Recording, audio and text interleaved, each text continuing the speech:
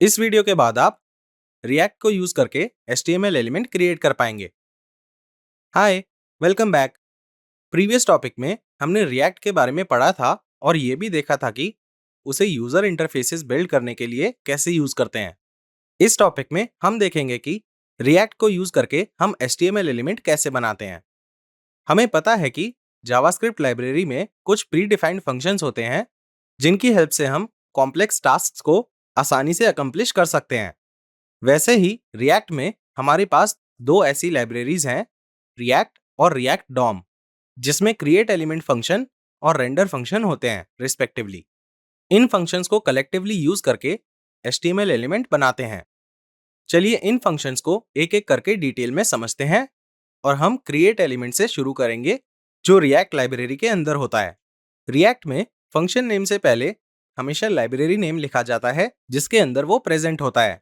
जैसे इस केस में हमारे पास फंक्शन का नाम है react.createElement, तो क्रिएट एलिमेंट उस फंक्शन का नाम है जो रिएक्ट लाइब्रेरी के अंदर है। हम रिएक्ट के साथ बहुत सारी चीजें कर सकते हैं, पर क्योंकि हम एक बिगिनर लेवल स्टूडेंट है तो चलिए सबसे सिंपल एग्जांपल से शुरू करते हैं, और जब हमारी सॉलिड फाउंडेशन बिल्ड हो जाएगी तो बाद में सब कुछ इजी लगेगा। तो लेट्स से कि हमें पेज के लिए हेडिंग चाहिए, तो हम उसे h1 HTML टैग और दिस इज अ हेडिंग को यूज करके बनाएंगे। तो पहले स्टेप में हम रिएक्ट एलिमेंट ऑब्जेक्ट को बनाएंगे और इसे जावास्क्रिप्ट ऑब्जेक्ट भी कहते हैं।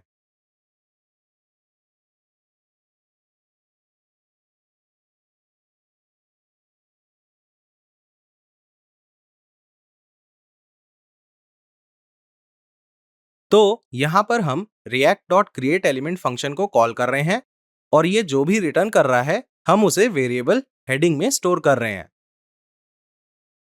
सेकेंड स्टेप में हमें आर्ग्यूमेंट्स को पास करना है।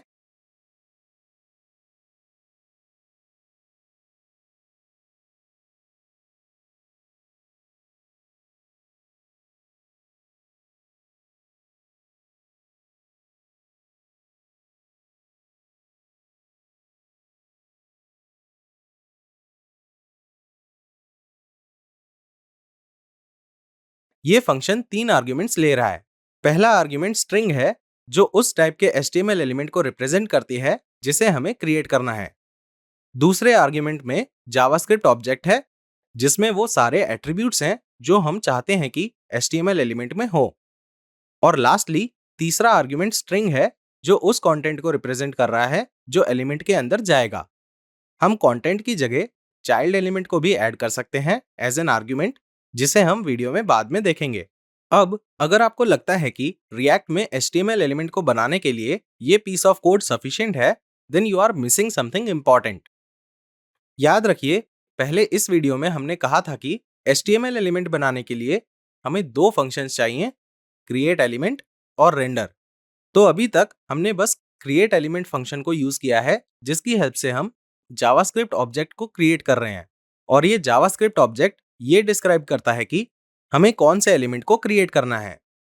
चलिए देखते हैं कि रेंडर फंक्शन की हेल्प से हम HTML एलिमेंट कैसे क्रिएट करते हैं। ये हमें वेब पेज पर रिएक्ट एलिमेंट ऑब्जेक्ट को रेंडर और डिस्प्ले करने में हेल्प करता है। तो क्रिएट एलिमेंट फंक्शन यूज करके हमने जो जावास्क्रिप्ट ऑब्जेक्ट बनाया था उसे आर्ग्यूमेंट की तरह पास करना है, लाइक दिस।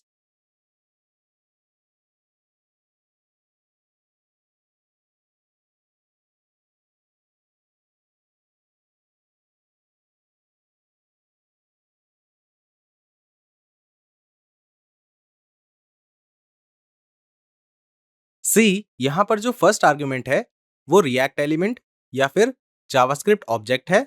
दूसरा आर्ग्यूमेंट है HTML एलिमेंट फ्रॉम डॉम, जिसके अंदर हमें न्यू एलिमेंट्स को क्रिएट करना है।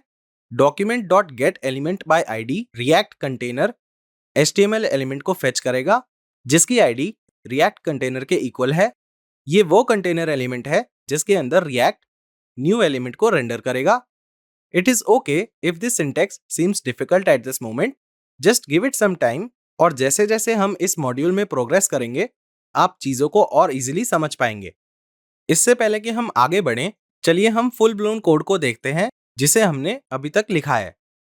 ये हमें एक फ्रेश पर्सपेक्टिव देगा ये समझने के लिए कि अभी तक हमने क्या किया है। ये हमारा HTML कोड है, हमारे पास पेज का टाइटल है, फिर ये हमारी CSS फाइल है। हमने स्टाइल शीट में कुछ स्टाइलिंग ऐड की है। ये CSS बिल्कुल वैसे ही काम करता है जैसे आपने इस ट्रेनिंग में पढ़ा है। So don't worry about the code, आप इसको वीडियो के नीचे से कॉपी कर सकते हैं। ये वो कंटेनर एलिमेंट है जिसके बारे में हम कुछ देर पहले बात कर रहे थे। फिर हमारे पास रिएक्ट लाइब्रेरीज और कस्टम जावास्क्रिप्ट फाइल है। अब चलिए कस्टम जावास्क्रिप्ट फाइल app.js के कोड को देखते हैं, जिसके अंदर हमारा रिएक्ट कोड है। ये पार्ट क्रिएट एलिमेंट फंक्शन को कॉरेस्पॉन्ड करता है और ये पार्ट रेंडर फंक्शन को कॉरेस्पॉन्ड करता है। I hope things are clear at this point. तो चलिए इस कोड को रन करते हैं। हमारे ब्राउजर के एड्रेस बार में हम 127.0.0.1 /react_project/index.html एंटर करेंगे। एज फॉर रिएक्ट, हमने नए प्रोजेक्ट फोल्डर को क्रिएट किया है, तो पाथ फाइल को एड्रेस बार में अपडेट करना मत भूलिएगा। We get the output as expected, nothing new in this. Well, there is something new and to find it we need to dig a little bit. चलिए page source को open करते हैं और देखते हैं कि क्या आप कुछ ऑड या मिसिंग ढूंढ सकते हैं। Pause the video and take your time to find the missing thing out. अगर आप ध्यान से देखें, इस कोड में कोई h1 टैग नहीं है, पर वेब पेज में h1 टैग है। How is it possible? इस क्वेश्चन के आंसर को हम जावास्क्रिप्ट मॉड्यूल के फर्स्ट टॉपिक में डिस्कस कर चुके हैं। See if you can recall it. हम h1 टैग को इसलिए नहीं देख पा रहे हैं क्योंकि जब वेब सर्वर से रिस्पॉन्स आ जाता है तो जावास्क्रिप्ट h1 टैग को वेब पेज में ऐड करती है, and that's how react works. और अगर हम इंस्पेक्ट एलिमेंट को देखें, हम देख सकते हैं कि h1 एलिमेंट सारे प्रोवाइडेड एट्रीब्यूट्स के साथ रिएक्ट कंटेनर के अंदर प्रेजेंट है। ये इसलिए है क्योंकि उस मोमेंट पर इंस्पेक्ट एलिमेंट कोड को एज इट इज शो करता है। Now another important thing, we should notice that अगर हम कुछ भी रिएक्ट कंटेनर के अंदर ऐड करते हैं, जैसे मैं सम रैंडम टेक्स्ट को ऐड कर रहा हूं, तो रेंडर फंक्शन इस पूरे टेक्स्ट को न्यूली क्रिएटेड फंक्शन से रिप्लेस कर देगा। And if we view the page source, तो हम अपने एंटर्ड टेक्स्ट को देख सकते हैं। तो ये चेंज ऑफ टेक्स्ट तब होता है जब रिस्पॉन्स सर्वर से वापस आ जाता है। तो इस कोड में हमने सिंगल HTML एलिमेंट को रिएक्ट कंटेनर के अंदर क्रिएट किया है। सपोज करिए हमें एक और एलिमेंट या फिर ग्रुप ऑफ एलिमेंट्स को अपने रिएक्ट कंटेनर के अंदर ऐड करना है। How can we do this? Well, the approach is similar to what we followed previously. तो चलिए मैं देखता हूं कि आपको HTML एलिमेंट बनाने के कितने स्टेप्स याद हैं। हमने हेडिंग एलिमेंट के लिए जो प्रोसेस फॉलो किया, हम पैराग्राफ के लिए भी वैसे ही न्यू एलिमेंट को क्रिएट करेंगे।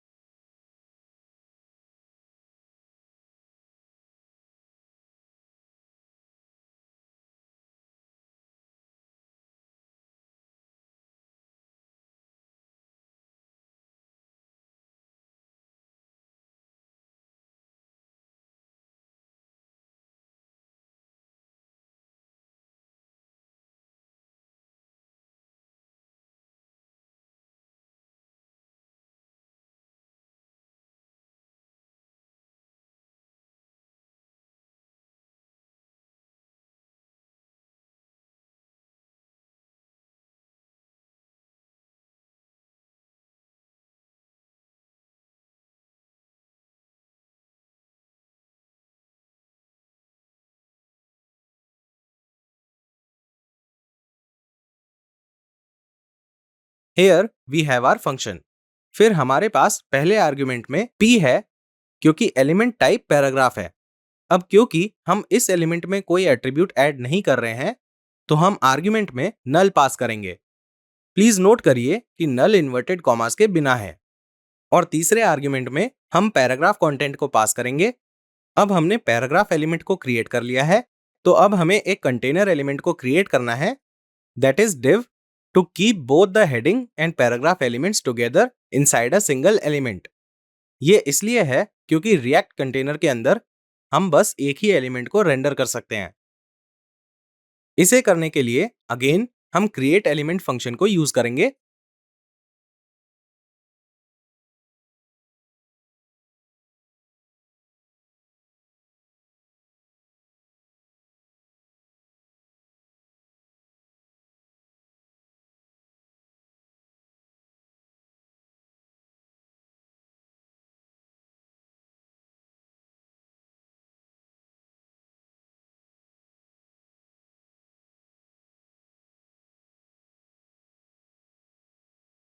जो पहला आर्ग्यूमेंट हम पास करेंगे वो होगा element name, that is div। Second argument में किसी भी HTML एलिमेंट में क्लास एट्रीब्यूट ऐड करने के लिए हमें क्लास की जगह क्लास नेम को यूज करना होगा, क्योंकि जावास्क्रिप्ट में क्लास एक रिजर्व्ड कीवर्ड है जिसका स्पेशल मीनिंग है। तो कर्ली ब्रेसेस के अंदर हम क्लास नेम को एज बॉक्स ऐड करेंगे लाइक दिस।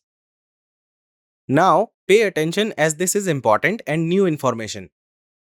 इस वीडियो में हमने पहले ये बात की थी कि हम चाइल्ड एलिमेंट को थर्ड आर्ग्यूमेंट की तरह पास कर सकते हैं, पर यहां पर हमारे पास दो चाइल्ड एलिमेंट्स हैं, दैट इज हेडिंग और पैराग्राफ।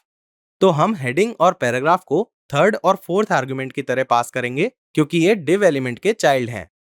तो हमारे टोटल नंबर ऑफ आर्ग्यूमेंट्स 4 हो जाएंगी। प्लीज नोट करिए कि ये कोई रूल नहीं है और ना ही ये कहीं डिफाइंड है कि हमारे पास बस 3 आर्ग्यूमेंट्स हो सकते हैं। हमारे पास n नंबर ऑफ आर्ग्यूमेंट्स हो सकते हैं क्योंकि ये कोड टू कोड डिपेंड करता है। ऑल्सो div एलिमेंट में सारे एलिमेंट्स उसी ऑर्डर में ऐड होंगे जिस ऑर्डर में हम उन्हें आर्ग्यूमेंट्स में पास कर रहे हैं। तो सपोज करिए अगर हम पैराग्राफ एलिमेंट आर्ग्यूमेंट को पहले पास कर रहे हैं और बाद में हेडिंग आर्ग्यूमेंट को पास कर रहे हैं, तो वो उसी ऑर्डर में क्रिएट होंगे जिस ऑर्डर में हमने उन्हें ऐड किया है, that is paragraph first and heading second.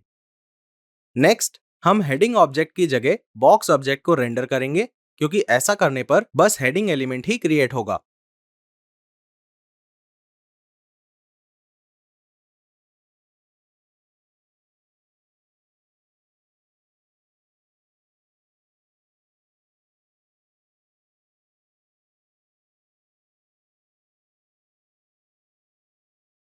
Late us run the code. Here we go. हम हेडिंग और पैराग्राफ HTML एलिमेंट्स को देख सकते हैं। टू समराइज, हमने रिएक्ट फंक्शन को यूज करके बॉक्स एलिमेंट के अंदर हेडिंग और पैराग्राफ HTML एलिमेंट्स को जनरेट किया और फिर React DOM dot render function को यूज करके हमने अपने HTML के अंदर एलिमेंट्स को ऐड किया। इस वीडियो को देखने के बाद हो सकता है आपको लगे कि हमने 3 सिंपल HTML एलिमेंट्स को क्रिएट करने के लिए जिस कोड को लिखा है वो काफी कॉम्प्लिकेटेड है। But let me assure you, जैसे जैसे हम आगे प्रोग्रेस करेंगे चीजें सिंपल हो जाएंगी और आप समझ पाएंगे कि हम रिएक्ट को क्यों यूज कर रहे हैं। That's it for the video. Hope you had fun learning. Up next is a quiz. All the best.